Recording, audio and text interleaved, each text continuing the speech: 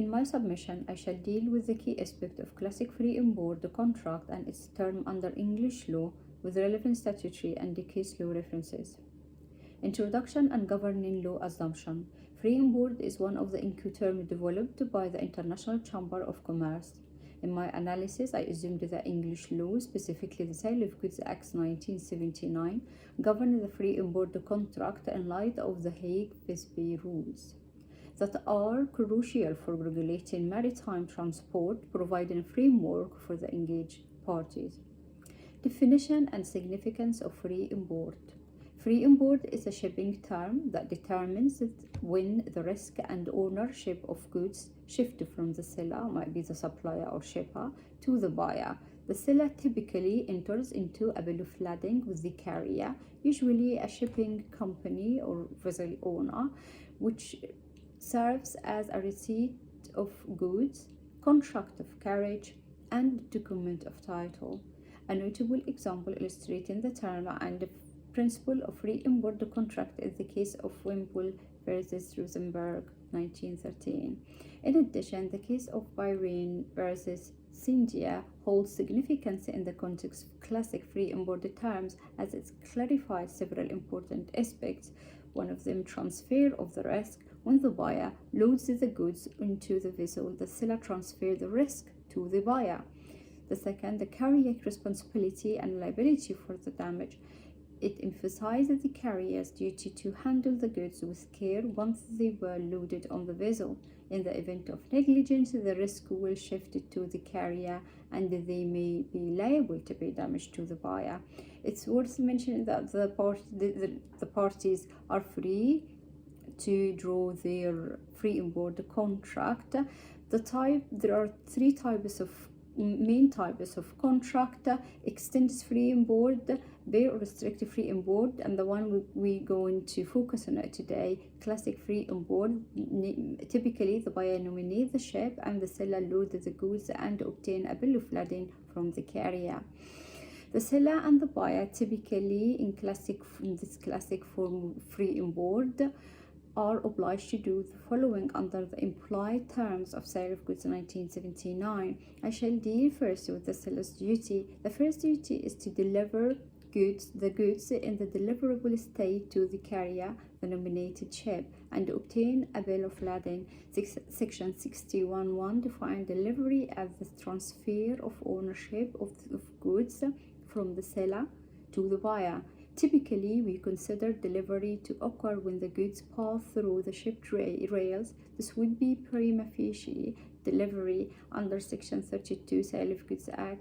The seller must obtain a bill of lading from the carrier to prove delivery and the transfer of risk, as determined in the Miramar 1984 case.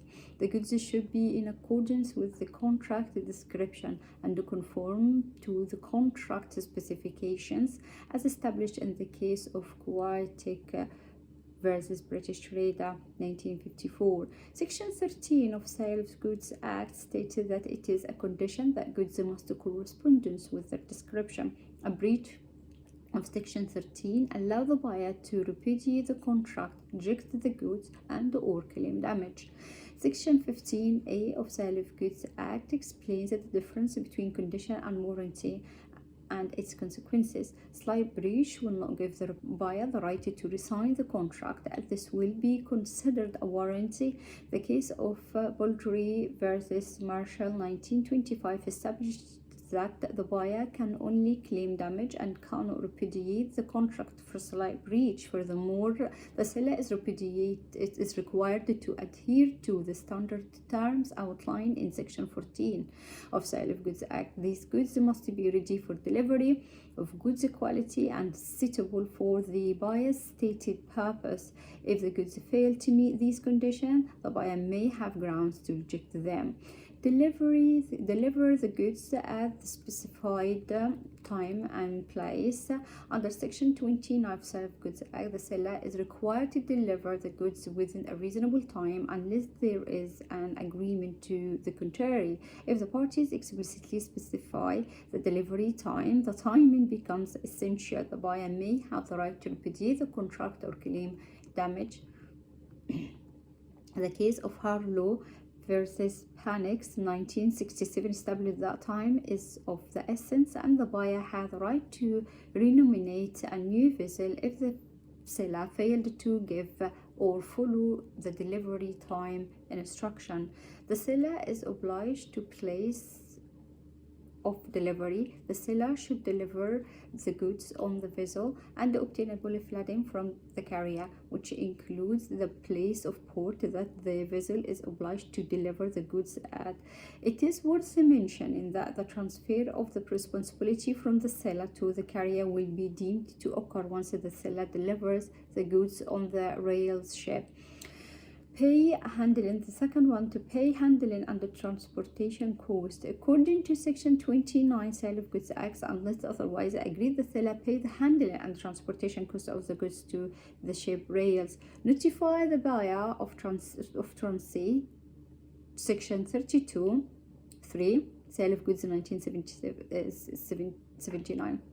If the seller failed to provide the necessary notes, the risk of loss or damage to the goods remains with the seller during sea transit. Notify the buyer of shipment under Section 29 to arrange insurance. Duties. The buyer's duty under Classic Free on Board contract. Pay for the goods as agreed and secure shipping space. The buyer must secure shipping space and provide a timely instruction to the seller, as illustrated in the case of Bang versus FedEx 1981. Failure to do so on time can be considered a breach of condition, allowing the seller to terminate the contract. The second duty, to arrange insurance as the buyer bear the risk of loss or damage as per the Bahrain versus India case. The buyer bears the risk of loss or damage to the goods once they are loaded into the ship. If the carrier does not breach his duty, then the buyer bears the risk of loss or damage to the goods. Remedies available to the seller under Classic Free on Board contract. The seller has the right to sue the price for the price according to Section 49(1). If the buyer transfers the goods but fails to pay, the seller can claim damage for non-acceptance of goods under Section 51 Sale of Goods Act. Section 53 demonstrates the assessment test for the damage.